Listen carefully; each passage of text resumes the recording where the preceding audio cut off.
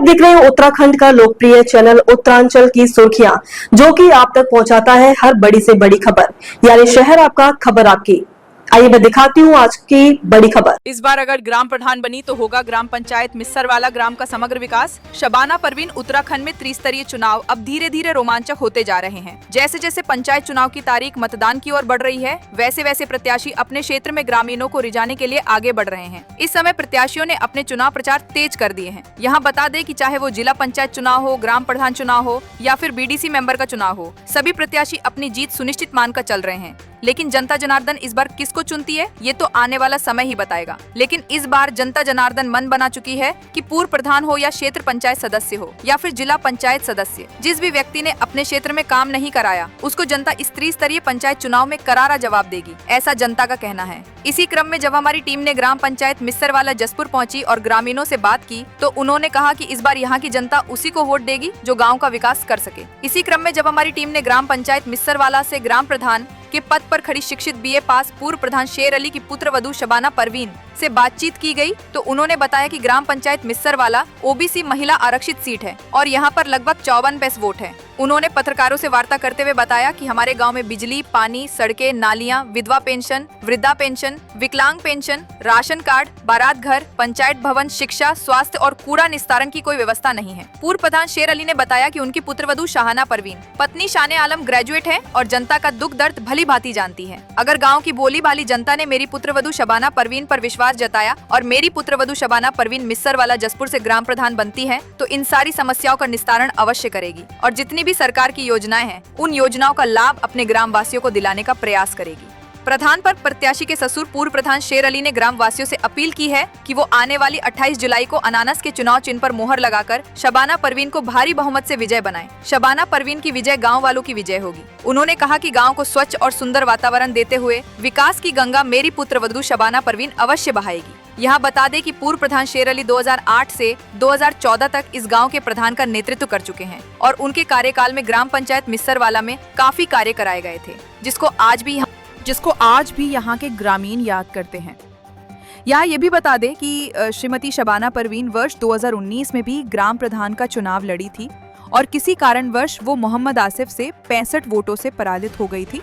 लेकिन इस बार जनता ने मन बना लिया है कि शेर अली की पुत्रवधू शबाना परवीन जैसी प्रधान उनको और कोई नहीं मिल सकता है, इसलिए उनका यहाँ पर काफी जोर देखा जा रहा है। काशीपुर से एफयू खान की रिपोर्ट। देखिए, सबसे पहले तो इस गांव के अंदर अगर हम विकास की बात करते हैं तो 10 साल से जो हमारे निवर्तमान प्रधान रहे हैं, उनके माध्यम से विकास नाम की कोई चीज़ यहाँ पर नहीं हुई है। अगर कोई भी कुछ काम हुआ है तो पर्टिकुलर ऐसे लोगों का काम हुआ है जो उनके अपने पर्सनल थे। यहाँ पर अगर आप गांव में घूमेंगे तो रास्ते और नालों की हालत बहुत ज़्यादा खस्ता है, बहुत ज़्यादा ख़राब नाले और रास्ते ख़राब हैं। अगर बरसात पड़ जाती है तो वहाँ पर पानी बहुत भर जाता है।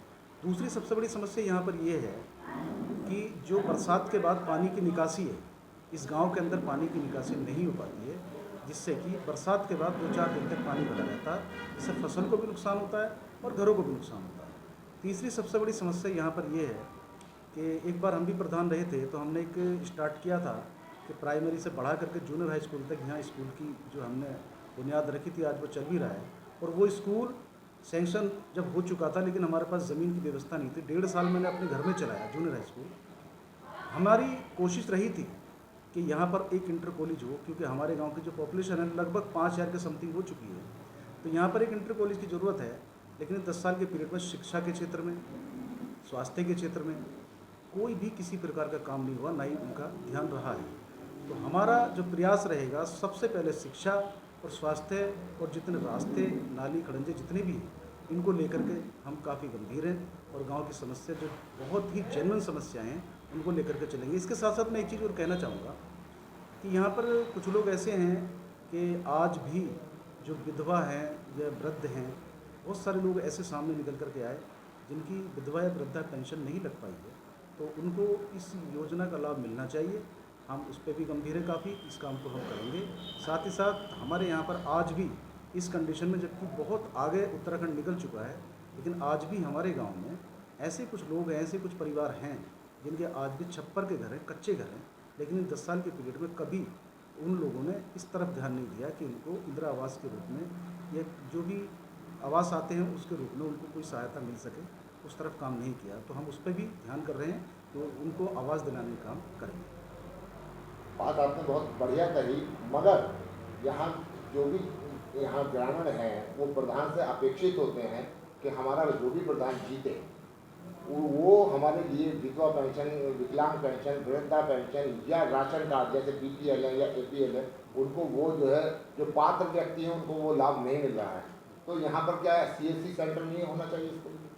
देखिए, यहाँ पे CSC सेंटर होना चाहिए, हम पक्ष में कि CSC सेंटर होना चाहिए और ऐसे लोगों को जो पात्र हैं BPL या अंत्योदय कार्ड के लायक वो लोग हैं तो उनको ही बनना चाहिए। जो अपात्र हैं उनको इस तरीके से उस श्रेणी से हटा देना चाहिए।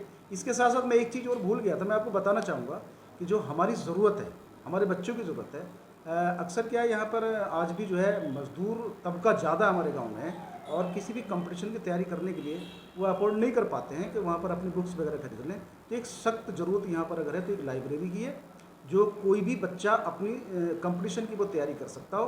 तो एक लाइब्रेरी की व्यवस्था ही बहुत होना बहुत ज़रूरी है। बात की जाए बारात घर या पंचायत भवन की, तो क्या यहाँ पर पंचायत घर या बारात घर पूरी तरीके से है या नहीं है?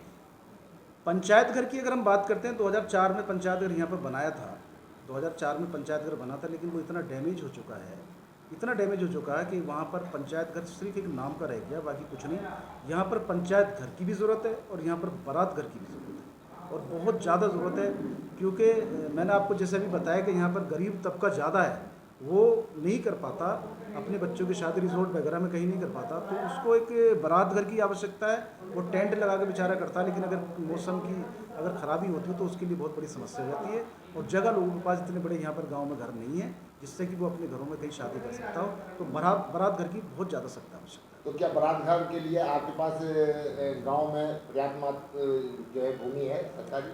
बारात घर के लिए या स्वास्थ्य संबंधित कोई भी अगर मान लीजिए उसमें हम बनाते हैं, उसकी भूमि हमारे पास है, उसको हम अवेलेबल कराएंगे, हर हालत में कराएंगे, वो हमारे पास है, हमारे गांव के पास है, बारात घर के लिए भी और जो आपका स्वास्थ्य का हमारा छोटा मोटा जो भी केंद्र बनेगा उसके लिए भी वो हमारे पास है। बात की जाए कूड़ा निस्तारण को लेकर, तो कूड़ा जो है कहाँ डालते हैं और किस तरीके की व्यवस्था है?